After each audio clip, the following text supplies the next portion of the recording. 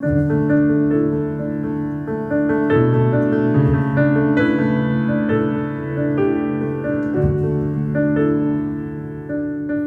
to Fields of Consciousness, a podcast for consciousness conversations with your hosts, myself, Jeffrey Stegman. And I'm Clayton Stedman.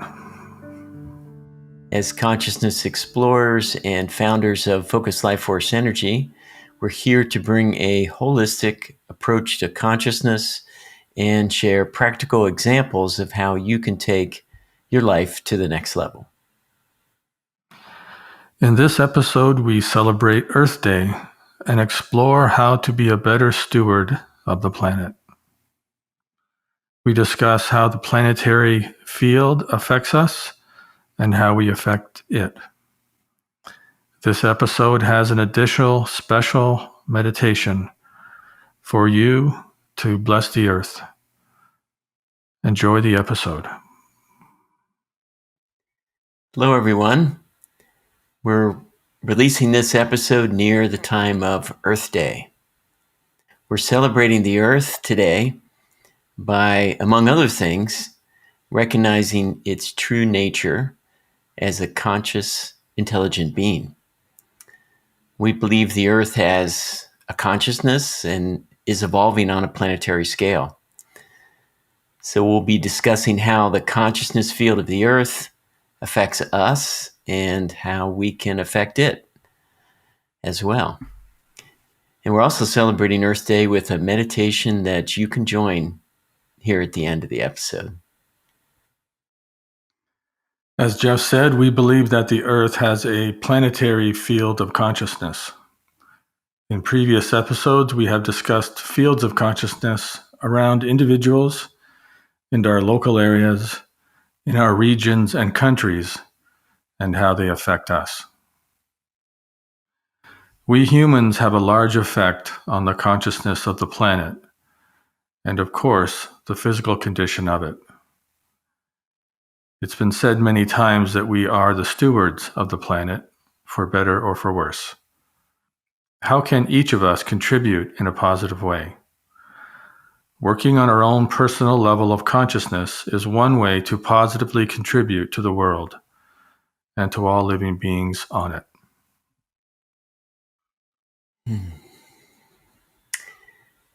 Well, Clayton, let's talk about this planetary consciousness field. We've talked about individual fields, and it makes sense to a lot of people that we have our own individual energy fields around us, and we've talked about going into, old battlefields or prisons and feeling that lower level of consciousness field in a place, location, or in, of course, high fields like going into a mosque or a place of worship where people are, praying and loving. So the Earth's field is, of course, we're talking about a planetary scale, and we believe has several pieces to that. One is the consciousness of the living entity, the Earth. So we believe that the consciousness is everywhere, as we've said in lots of previous episodes, and that a planetary-sized object like the Earth, other planets, and the Sun all have an individuated consciousness and an underlying evolutionary impulse that we have, as well as these large consciousness entities. Yeah, it's an interesting topic. When people are talking about consciousness, we often think of a person.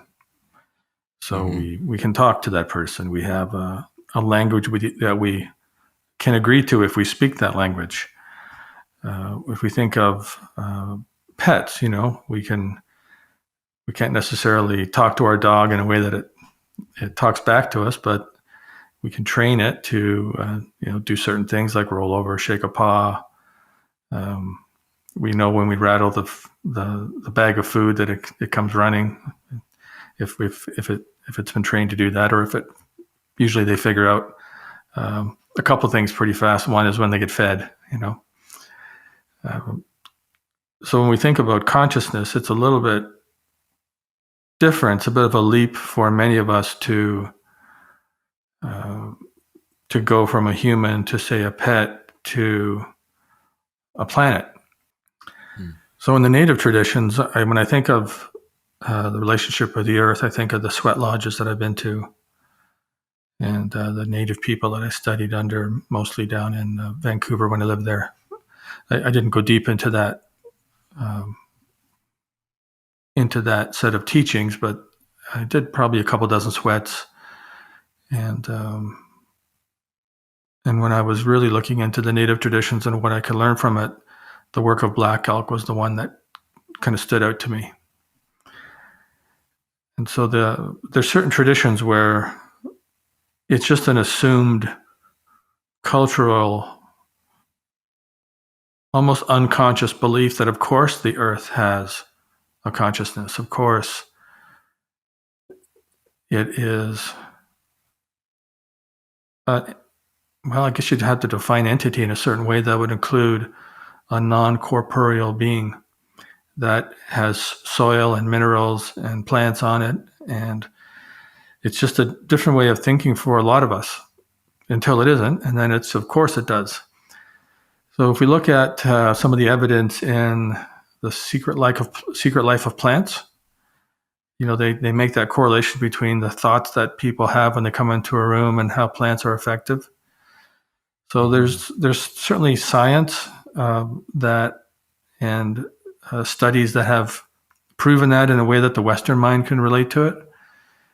And I think part of our job here is to bring, a little bit of a mix of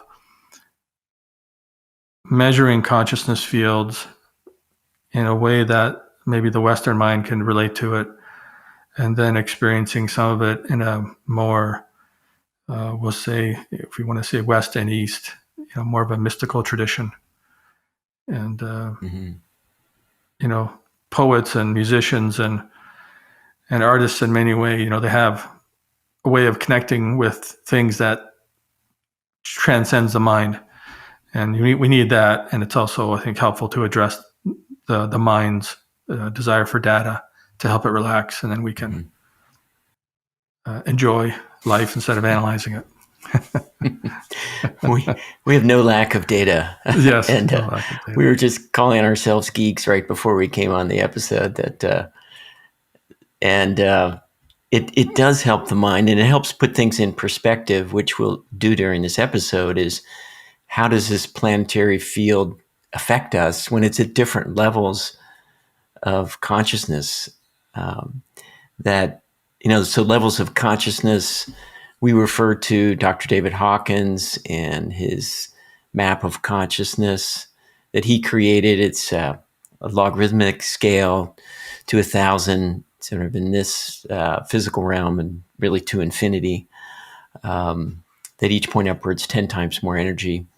So we'll refer to that. We'll call it level of consciousness, or LOC is a way to summarize that. But yeah, it's interesting going to the native traditions and that, deep understanding that there is a consciousness there and that we can speak with it. That there's a relationship between us and the earth. And we're going to explore that in the meditation. We'll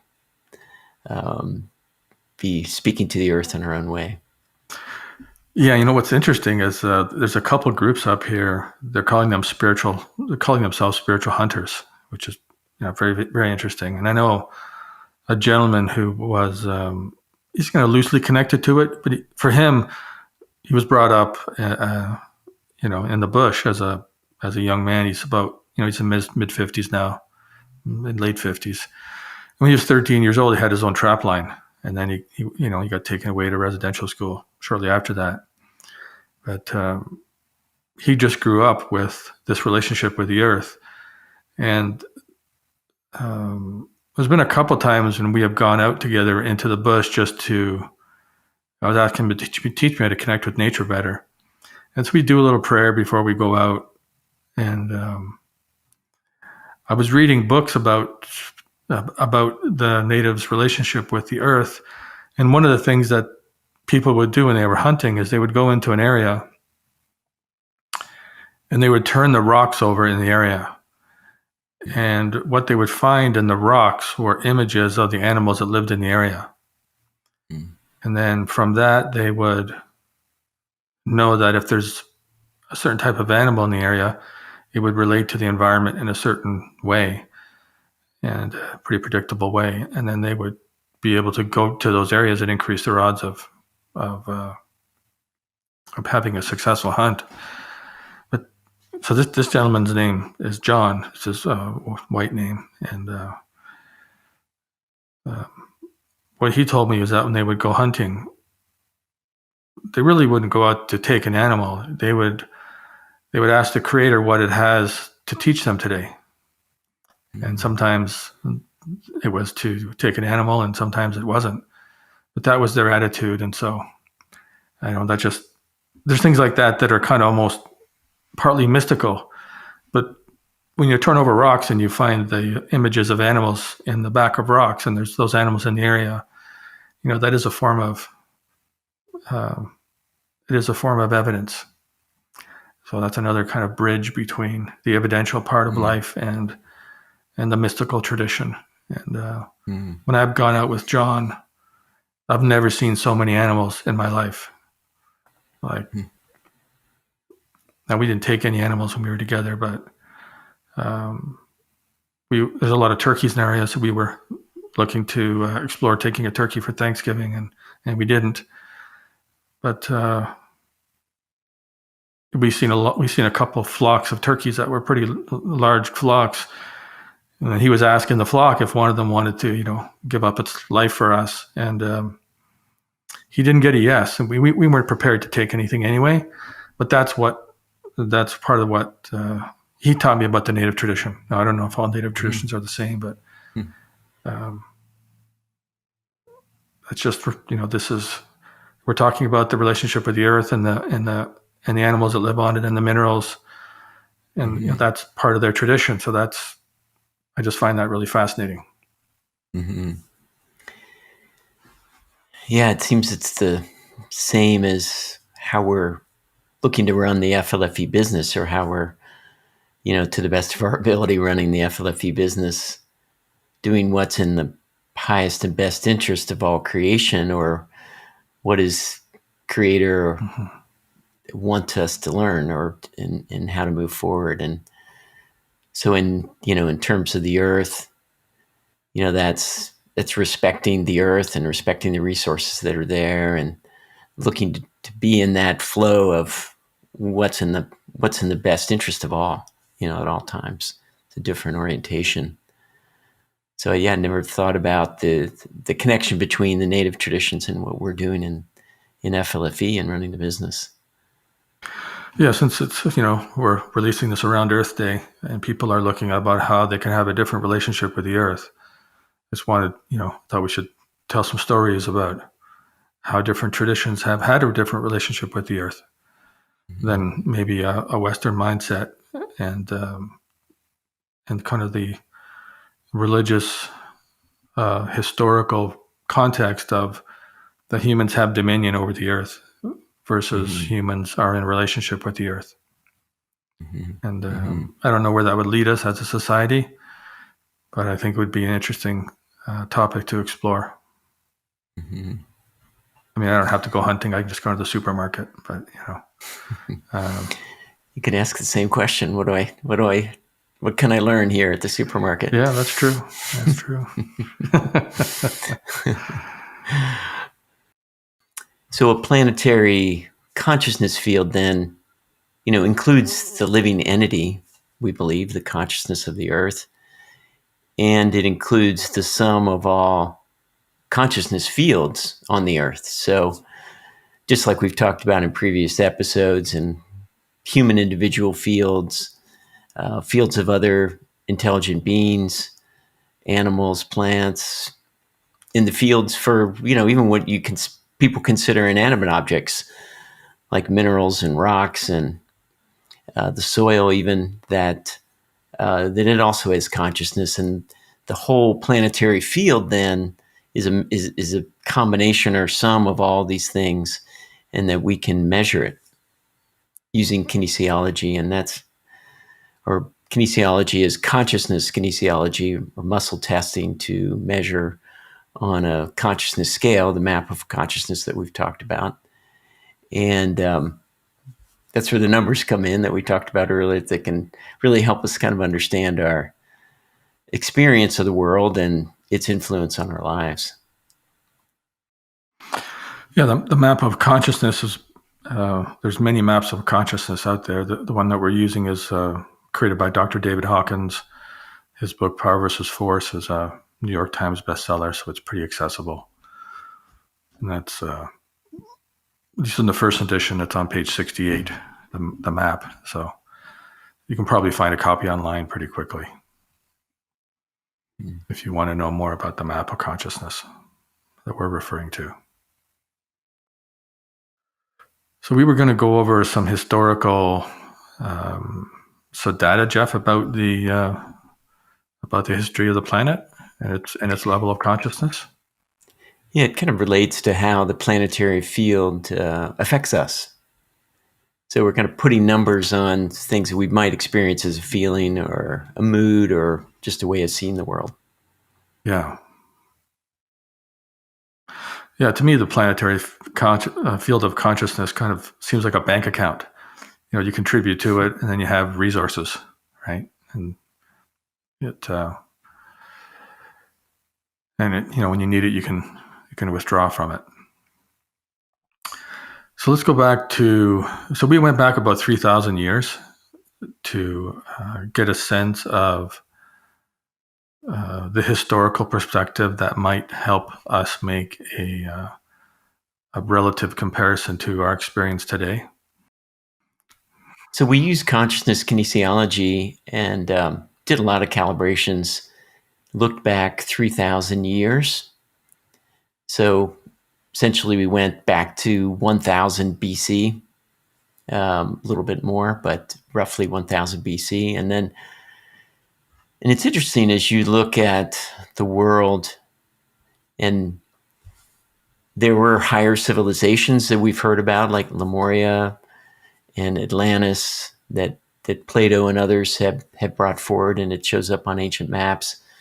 So some of those may have been much higher consciousness civilizations, but what we're looking at is the average of the entire Earth, or as we said, the sum of all the consciousness fields on the Earth and the consciousness of the Earth. So right about 1 AD, the Earth went over 100 for the first time during the time that we studied. And then that was corresponded with many masters. Sort of, we had Zoroaster and Buddha and Muhammad and Christ at that time. So the Earth came over 100, and then continued an upward climb, kind of slowly through the Dark Ages, the Inquisitions, some ups and downs there, to 190 in the late 1400s, according to our calibrations. And it's interesting. See, if you look at the Hawkins map of consciousness, 200 is where systems come into integrity, or individuals come into overall integrity. And there's a very different quality of energy between, say, 190 and 210. And there's a tension there when you make the transition from going to non-integrity to integrity overall. And it takes a lot more energy to go from 199 to 201 than it would take to go from 195 to 199, for example, or probably even 190 to 199 on the Hawkins map. It's a different quality of energy. So when large systems make an exponential growth spurt like that, or they make a change, it oftentimes takes a long period before they have the resources to do that. So the world was at 190 on the Hawkins map from the late 1400s until about 1987. And those of you who are students of Hawkins, David talks about that it wasn't caused by the harmonic convergence, but it was pretty close to the harmonic convergence. It was probably a contributing factor, but not the causal factor. So in 1987, the world went over 200 for the first time. It actually went to about 207, which is an example of how when that tension is transcended, that there'll be a lot of momentum when you get through that level. And then it went, down and up again since then. But that is a very significant event in the history of humanity. Mm-hmm. Yeah, that 200 and the momentum that happens carrying over it, seems to be there's this upward spiral energy, or this tractor like energy attraction upward rather than the pull downward, into lower levels. So that seems like the momentum, rather than pushing the boulder uphill, the boulder starts to roll downhill a little bit. And that momentum. So for us personally, as people in a 200 in the world planetary field over 200, there's there's this positive upward feeling where things can move upward. It feels our moods can move upwards. There's hope. There's a just a move towards positivity rather than a pull towards negativity. Would you agree with that, Clayton? Yeah, absolutely. I mean, we have that same experience in our own personal lives when we, for example, I've been studying investments a lot lately and finance. And there's something that happens when you begin saving money every month and you get out of debt. There's a positive momentum in your financial life, at least, but that's what I've experienced and heard from others, that when you finally get out of debt, and there's different types of debt, of course. Many of us carry a mortgage, but the more out of debt you are, the more free you are energetically, and it creates a momentum that you start to attract more opportunities because the world is quite abundant. We just have to get into the mindset of abundance, and then as we attract more opportunities and become more prosperous, then it's also an opportunity to give more. Mm-hmm. And that's part of being in that, that mindset. Well, part of the point of going through these numbers in such detail, and we're about to get into the wild ride that we've had over the last couple of years, is our personal experience of this large-scale consciousness field. And we'll get more into that as we go along. Like, how does that affect us, and how does it affect our lives? And our awareness of it can really make a difference in how we conduct ourselves. So, and how we relate to the world. So we hit the highest that we measured in 2019. That was right there at the end in the last quarter. It was like 242. Is that right, Clayton? Yeah, the planet was about 242 the last quarter of 2019.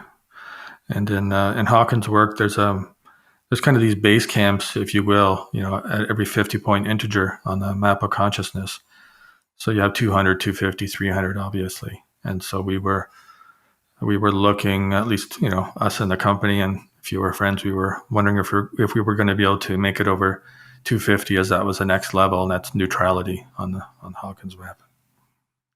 Mm-hmm.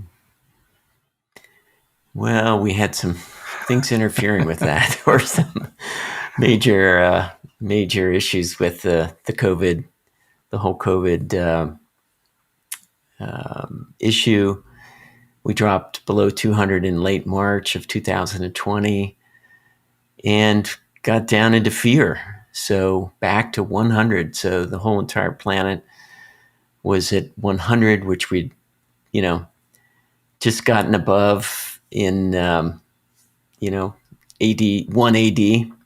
So we were back to that level in April of 2020, and then climbed up into 150 anger, a few months after that.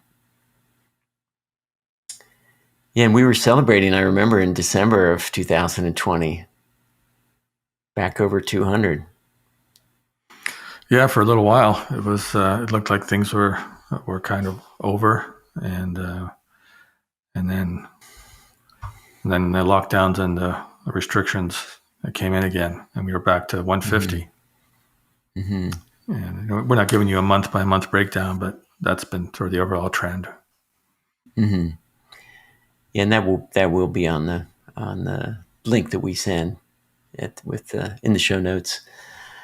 So yeah, we can just kind of fast forward to the last 24 hours from the time we recorded this, March 30th. I think we were at 150 over the previous 24 hours on average. Yeah, and I think the month of January, we were like a 180. And what's happened with the situation in Ukraine is that the world is, in that kind of anger place, which is 150 on the Hawkins map. So let's talk about how this planetary field affects us. When it hits these lower levels, what happens. I personally have noticed, lower emotions like, fear, worry, anger at times over things that are happening. And that seems to be, part of there's like an attractor field or some, when the world or the planetary sphere is at that level of consciousness, that it's attractive to go there, How did it affect you during those times, Clayton? Yeah, well, it's easier. It's easier to be negative. And it seems that when you get onto a topic where you're triggered, it's easier to go down the road of having that be something where you slip into anger or fear or despair or some of the lower emotions. And it's hard to know sometimes. There's positions that I think are worth taking in the world against what we perceive as an untruth. And then there's our own journey of being triggered by something that we haven't made peace with, and having that take us down the road. And who wants to be around an angry, negative person? Not for very long. So it's it requires more diligence to keep your peace of mind. Through my experience. Yeah, to stay in that loving state, because we've talked a lot in the past about, being in a loving state, getting to that, which is just 500 on the Hawkins map. And it does feel like it's a lot harder to stay in that positive state when the field around you is lower.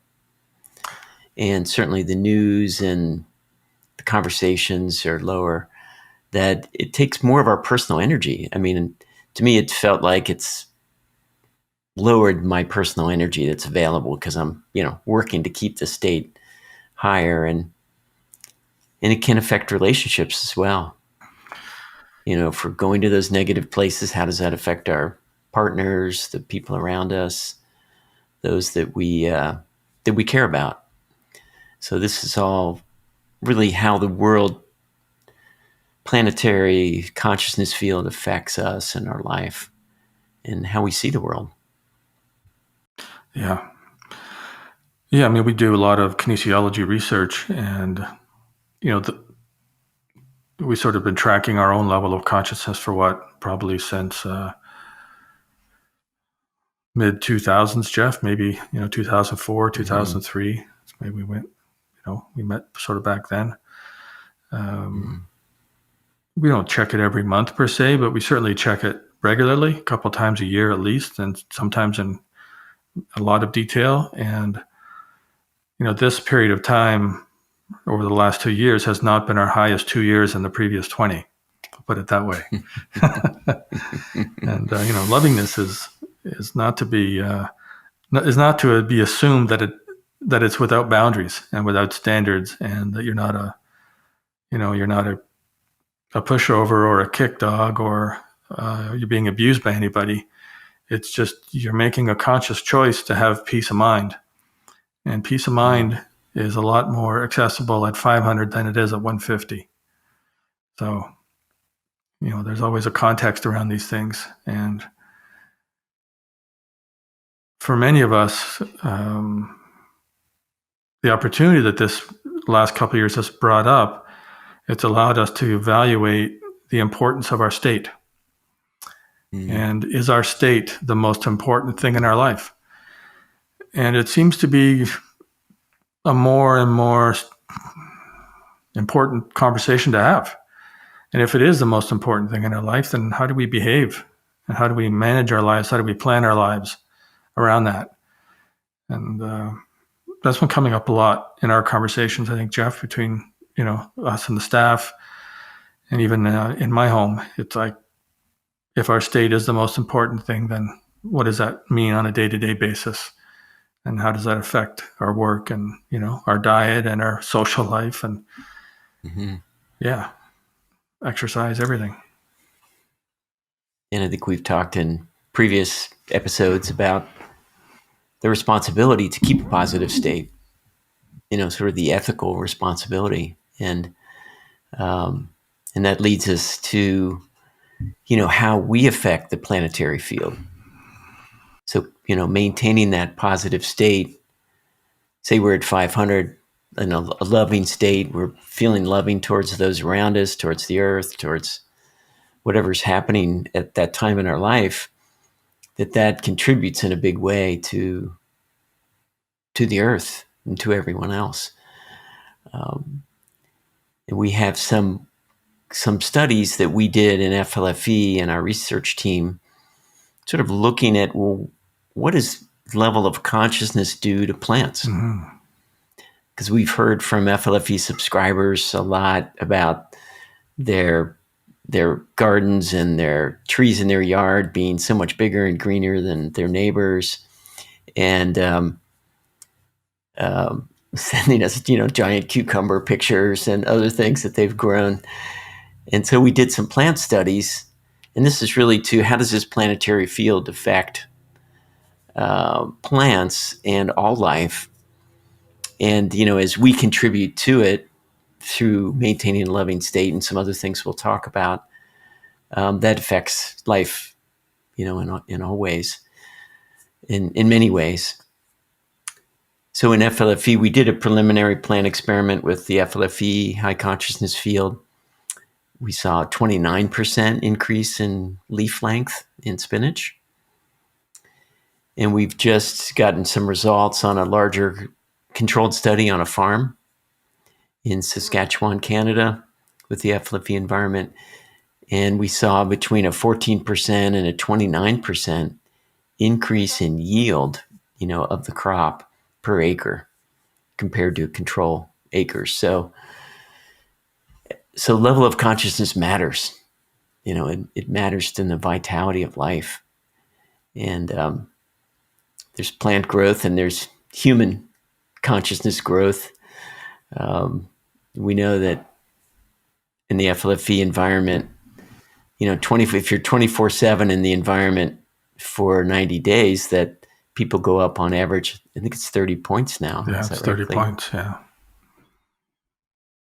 Yeah, that's substantial. That's a change in your experience of life. And just to maybe mention one thing about this study on a farm, it was a 10,000 acre organic farm. And some of those machines have a very sophisticated way of measuring yield. And that was a double-blind study. The farmer didn't know which fields had FLFE, the FLFE service on the field, and which ones didn't. So we compensated for the placebo effect of that. So 30 points is a difference in the quality of our life. If you go on holidays, you might go up 30, 40, 50 points on holidays, hopefully if you had a good one. if you go on a meditation retreat for a week, or for some people, fishing is a form of meditation. I'm one of those. So you go fishing for a week and you're in your happy place. You could go up a lot more than 30 points, but just to say that 30 points is substantial, and is although you may get used to it, it's just like going on holidays. You don't really, it takes you about a couple of days to get back into the flow of work, and or if you go to a place that has a high level of consciousness, like a monastery or a church, if it's a religion of love, it will typically have a loving or higher vibration. And if you're not in that state, it can get us realigned. So that's just to give you some context on what 30 points might look like in your life.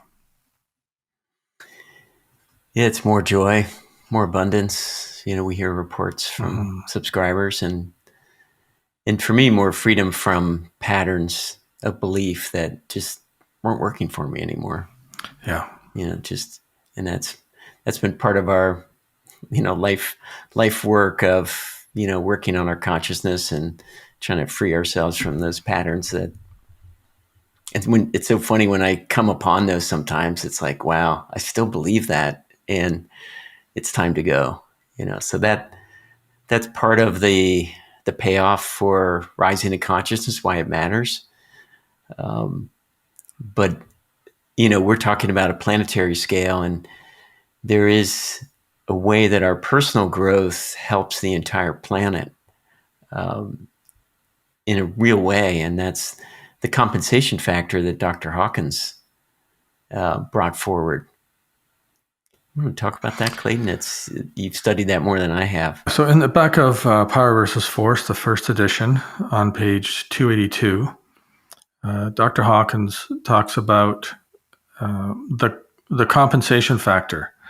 So the compensation factor is probably defined, at least as the way I understand it, is it's how much positivity will neutralize negativity. So if we talk about chemistry, for example, if it had acid and alkaline, if you eat a lot of acidic foods, your body will get acidic, and there's a whole bunch of things that'll happen in the body. And if you eat alkaline foods, it will compensate for that, and it will balance the pH of your body out. So, so the principle of compensation works also in consciousness.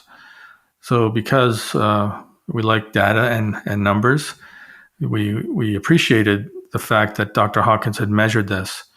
So the data that he gave at the time, when in Power versus Force, the first edition publication, he said that one person at 500, or love, on the Hawkins map of consciousness, counterbalanced for 750,000 people below 200. Now, at the time he published that, we calibrated the level of conscious of the world was at 205. So there is a principle involved in that as the world goes higher, a more positive person will compensate for fewer people that are negative. So, for example, as of the fall of 2019, between September and December, the last quarter, one person that calibrated at 500 love, according to our research, this is not Dr. Hawkins' research, one person at 500 counterbalanced for 610,000 people below 200. And at the level of consciousness of the world, on average in March, and this is March 30th, so it'll probably be very close. The world is 158. And so one person at 500 in the month of March, the average would, that average person at 500 would counterbalance for 870,000 people below 200. So you can see the principle of consciousness compensation on the planet.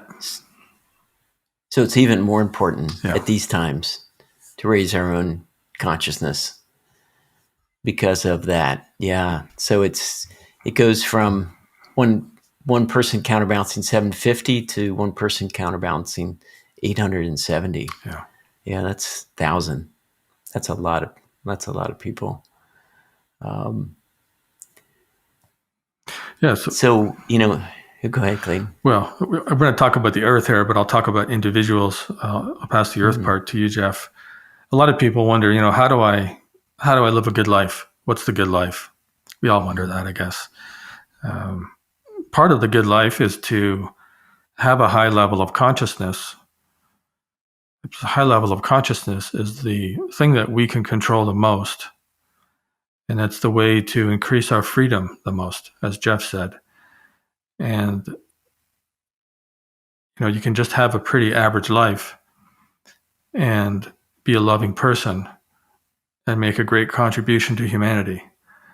So you don't have to be a business magnate. You don't have to be a celebrity. You don't have to be a famous musician or have a large loving family or whatever the ideal is for you. You can certainly have all those things, and you can just be a loving person who lives a pretty simple life, and you can make an extraordinary contribution to not only yourself and the people that are close to you, but you can make an extraordinary contribution to humanity and to the planet. And we're talking about this contribution of consciousness, this increased energy of higher consciousness, affecting the large, as you just said so beautifully, Clayton. And a listener might be wondering, what about the physical planet? We have the current condition of the physical planet, from many points of view is not good, and we haven't taken great care of it. Lots, extinctions happening, resources being used up, and a legacy of plastic in the ocean.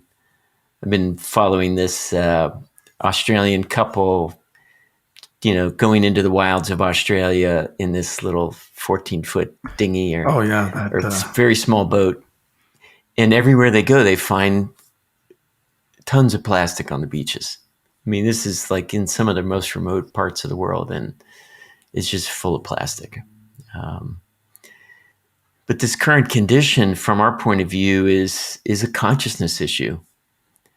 So at lower levels of consciousness, it's personal survival. Maybe the family's taken into account. Maybe there's an identification of a tribe or a city or even a country.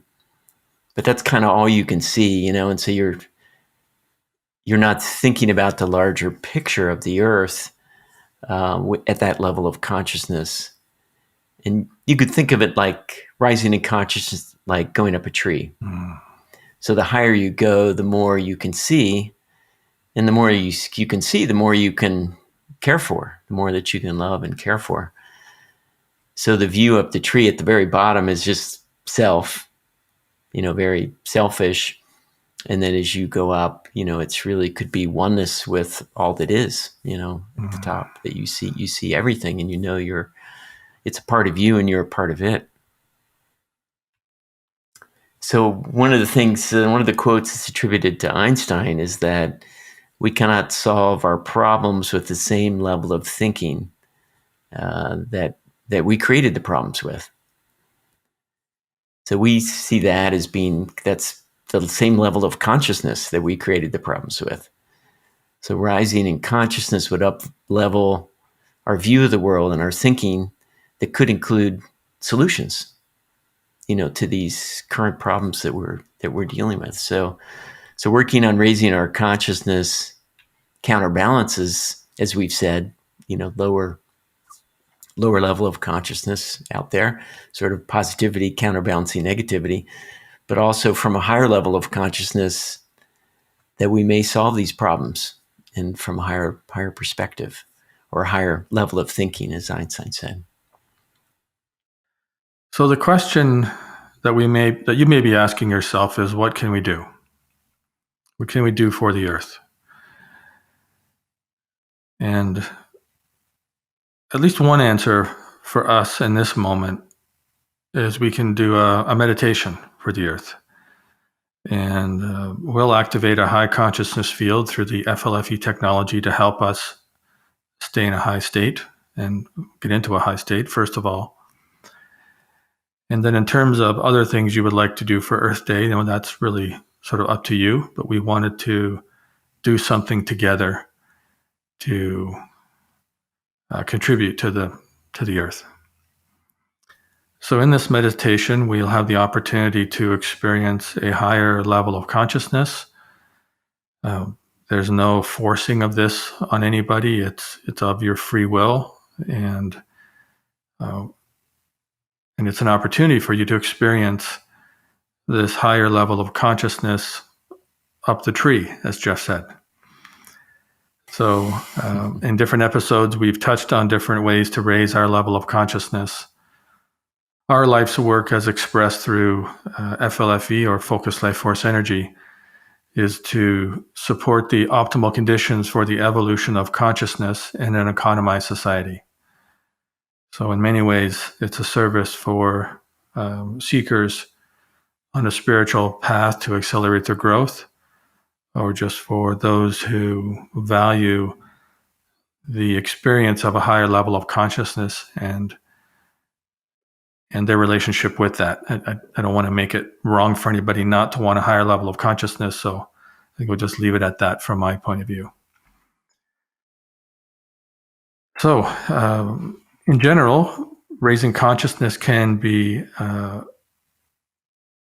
practiced as a daily forgiveness or gratitude. People talk about meditation.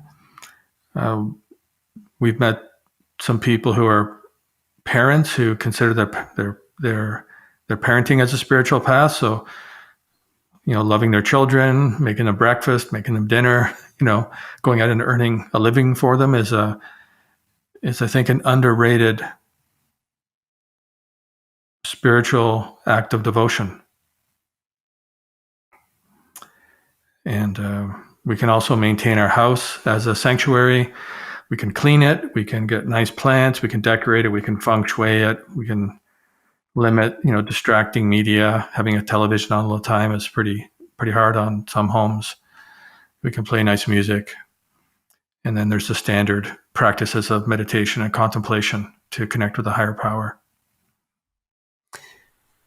So as well as raising our personal consciousness, as you said, Clayton, and lots of different ways to do that. And I really like the gratitude practice. I do that. Try to do that when I go to sleep and when I wake up in the morning. Often when I go to sleep doing a gratitude practice, I have really good dreams when I start at the beginning of the night. But the other is increasing our personal energy and moving from that area of love, being in a loving state. There is some personal energy that's coming in, and it really has a different quality than the energy that might come from adrenaline, from anger, or anxiety, or fear, running away from that tiger or that virus. That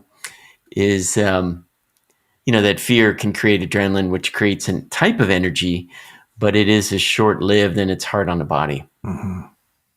It's hard on the adrenals and other parts of the body. So it's just something to mention along with this consciousness work we're talking about and our personal development work is, increasing your personal energy.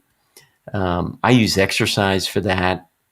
I find that really helpful to really get a good, hour of intense energy in a day. And right before we got on, I jumped on the trampoline for 5 minutes and bounced up and down. And there are breathing exercises that can help energize your body. There's many of those out there. I think you've got some sources for those, Clayton. Paramahansa Yogananda's work, they have a number of breathing exercises you can do to increase your personal energy. And spending time in a high consciousness field like the FLFE environment. Yeah, it's not really the time and place for us to go into detail, but Kriya Yoga through Paramahansa Yogananda's organization, the Self-Realization Fellowship, is one source. There's lots of There's lots of different teachings out there in the yogic tradition around breathing exercises. Maybe we'll do that one day, but today is not that day. Staying in a good mood is really important to your personal energy. Becoming angry or negative for too long is exhausting. It's exhausting for you, and it's probably exhausting for the people around you, or around us, or around anybody. So, there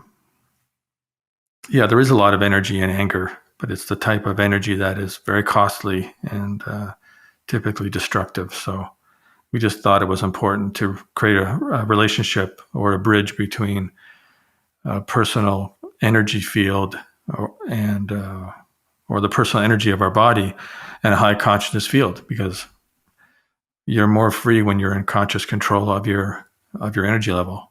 So obviously hydration is a huge one for this. We have to eat a certain amount of food, and breathing exercises we believe we get most of our energy from the air that we breathe. So the meditation is a tradition in almost all cultures and all spiritual traditions.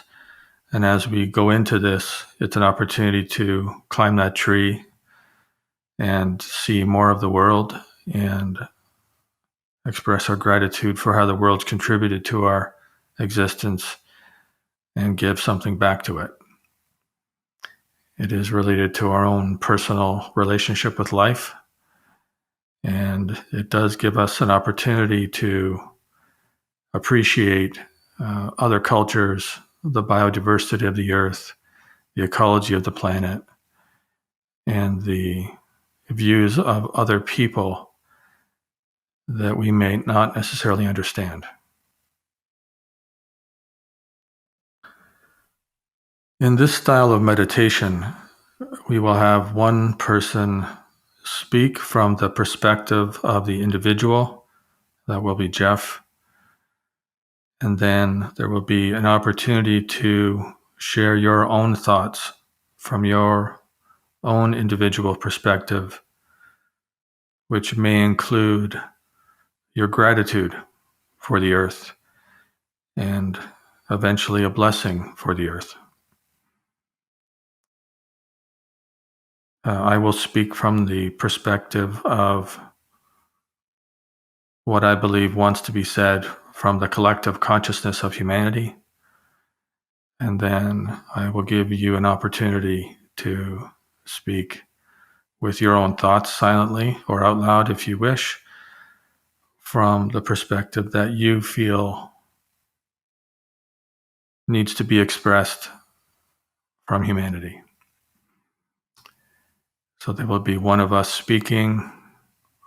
There'll be 30 to 60 seconds of silence, another person speaking, 30 to 60 seconds of silence, and there will be 3 themes that we will address. We do request that you don't do this meditation in a moving vehicle. So if you're driving, please pause this. Or if you're operating any machinery, then please pause it as well and wait until you're in a place where you can sit silently and connect with your own thoughts in the best way possible. I'm going to turn it over to you to begin, Jeff. So let us close our eyes. Again, not driving. Just feel our seat, our bodies pressing into the seat to the floor. And we can make that connection into the earth, the bottom of our spine, into the earth. We can imagine, think about, or feel that connection going all the way to the center of the earth.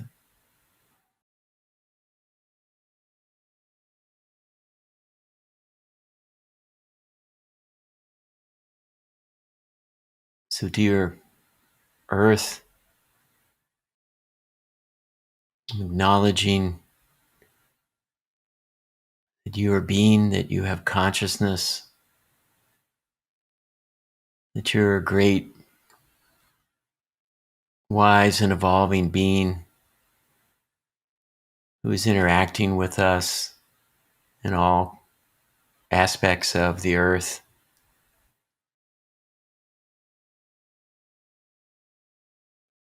And that my connection with you is real and is there waiting for me to reach out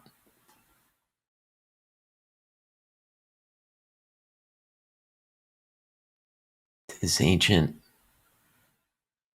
advanced consciousness that is you, Mother Earth.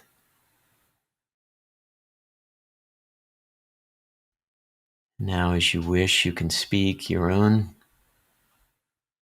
acknowledgement of the Earth's consciousness in your own way.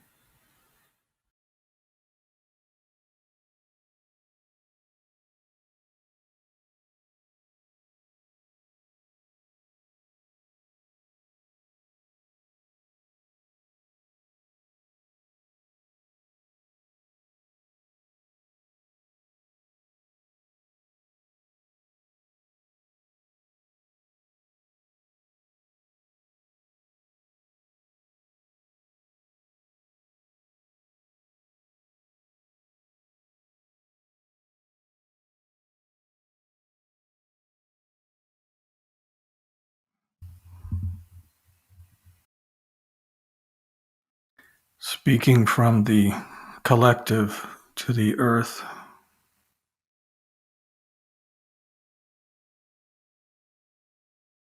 acknowledging that you are a conscious entity to a degree.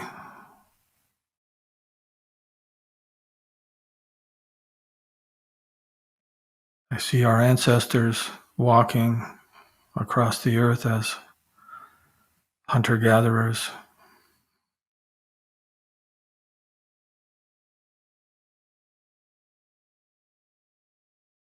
seeing the beauty of the landscapes, breathing the fresh air,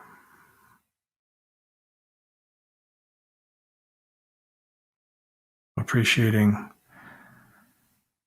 nature as it unfolds, noticing the rocks or the soil beneath our feet, the sun on our face,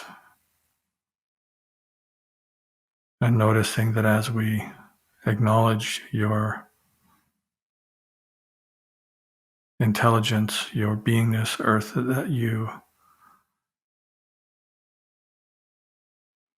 are willing to share more with us.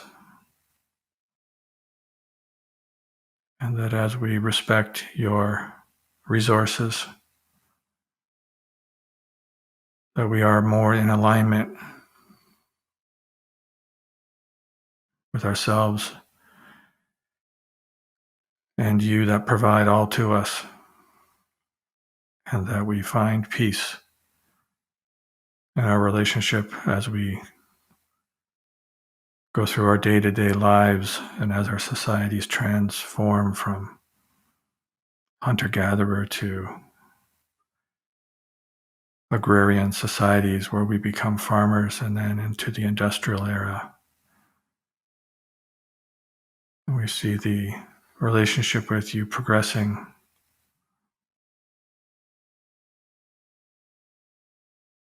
and we look for more ways to connect with you as a race of humans. Now I will give you a chance to speak your own thoughts to the earth on behalf of the collective of humanity.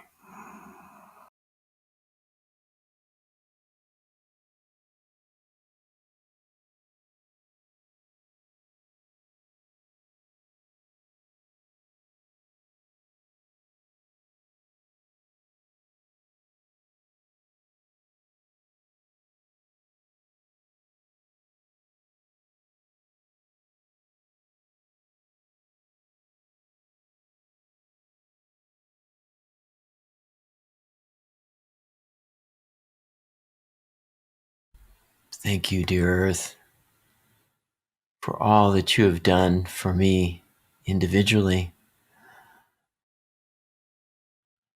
from the minerals, from your seas and land that make up my body, that help my body to function, the magnesium, the calciums, the boron, all the minerals.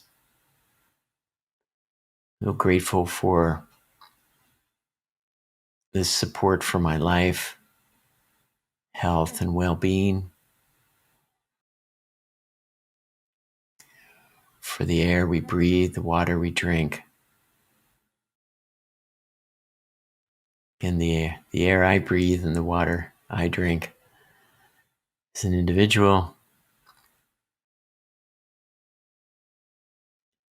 and just all the support for my life and all of the beauty, the sunrises, the sunset that I enjoy, the incredible beauty of the land, of the sea, of the air, clouds.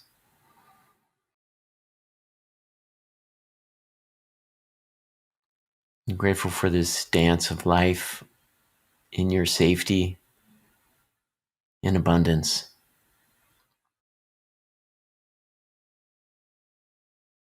Now we'll pause for you to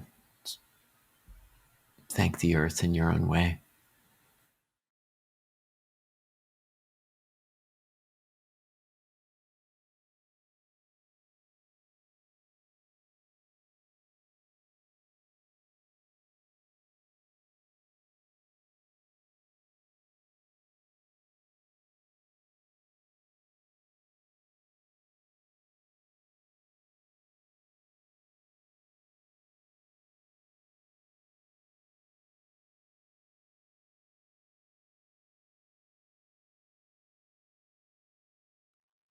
Speaking from the collective of humanity, we give thanks to the earth for all it has done for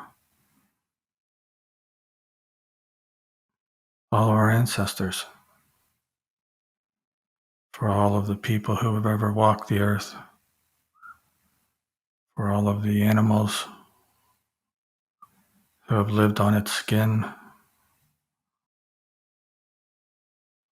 We give thanks for the beauty and the nourishment of the plants and the animals, supported by the mineral kingdom. We give thanks for the abundance that the earth has provided to all the cultures, all the races, all the tribes, all of the societies that have evolved on the earth in whatever way they are categorized by humanity.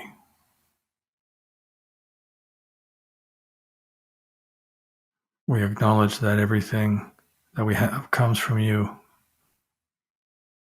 Earth. All of our clothing, all of our building materials, all of the machines that help our life be more convenient, help us thrive on the earth.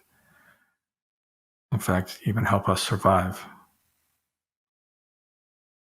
We thank you for all the food you have provided us, all the water you have nourished us with, the air that you give us to breathe.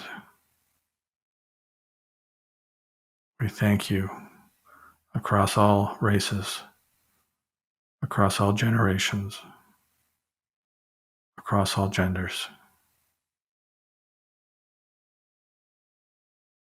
I will now give you an opportunity to speak what you think needs to be said on behalf of humanity to the earth in gratitude.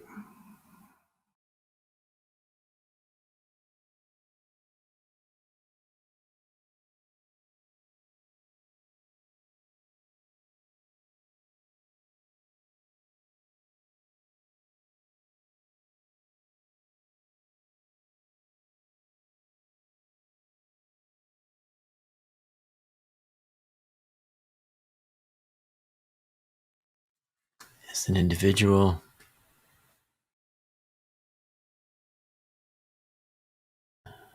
I now bless you, dear Mother Earth, and send you light and love from all the aspects of me, the best of my ability to send you light. And my eyes closed, I can see the light from my hands, from my heart, and just with all the gratitude for all that I've received. I bless you in your evolution, your path.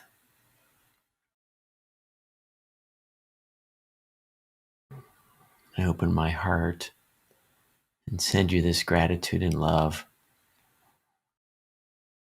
down to the core of the earth.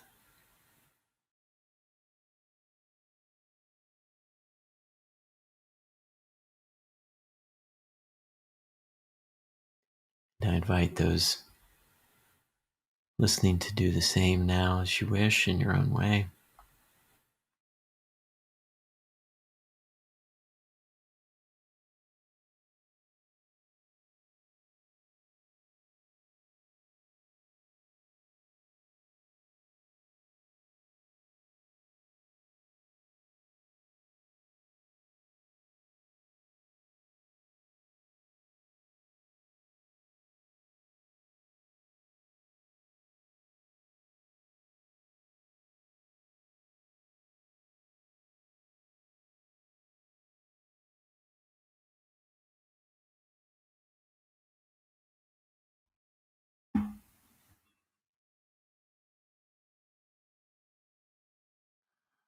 Speaking on behalf of the collective consciousness of humanity to the earth,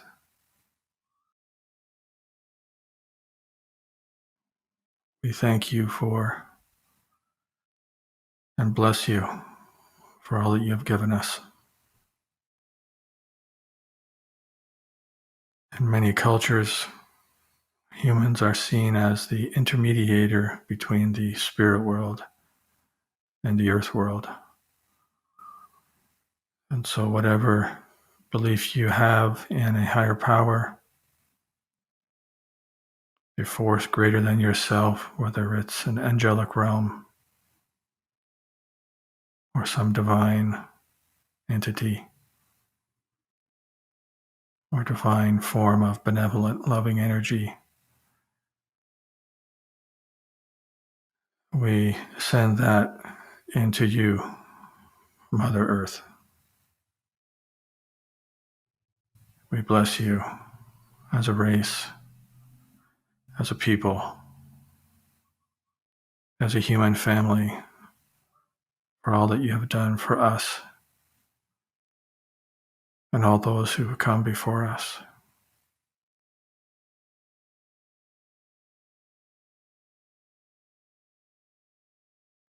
We ask for your patience as we continue to evolve and learn to work in greater harmony with you.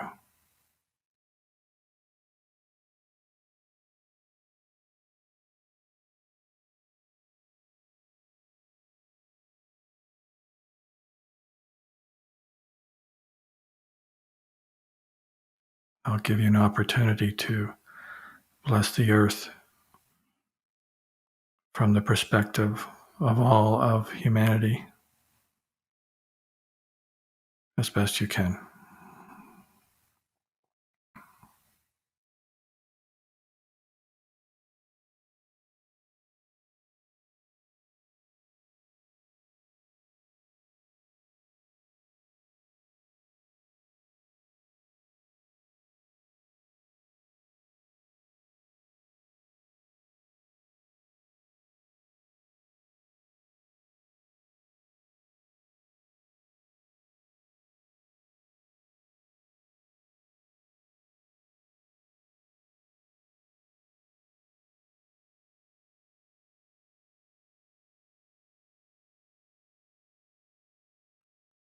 We are bringing our meditation to a close. We invite you to be present in your body once again. Notice your feet on the floor or your body sitting on a couch or a chair or a bench or the earth, whatever you're sitting on. I invite you to notice your body awareness coming back, your breath becoming deep, feeling at peace, feeling connected to the earth, feeling the joy of blessing and being blessed. And we open our eyes and we continue on our day with this presence of connection and gratitude for the earth. And we are complete.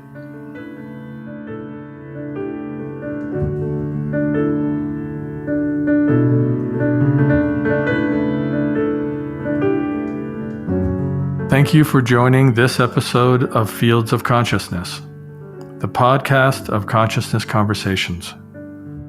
We invite you to visit the link below the episode to experience a completely free trial of Focused Life Force Energy for 15 days. If you like, you can subscribe to the Fields of Consciousness podcast, and please tune in next time. We release new episodes every other week on Tuesdays at 11:11 a.m. PST. Onward and upward.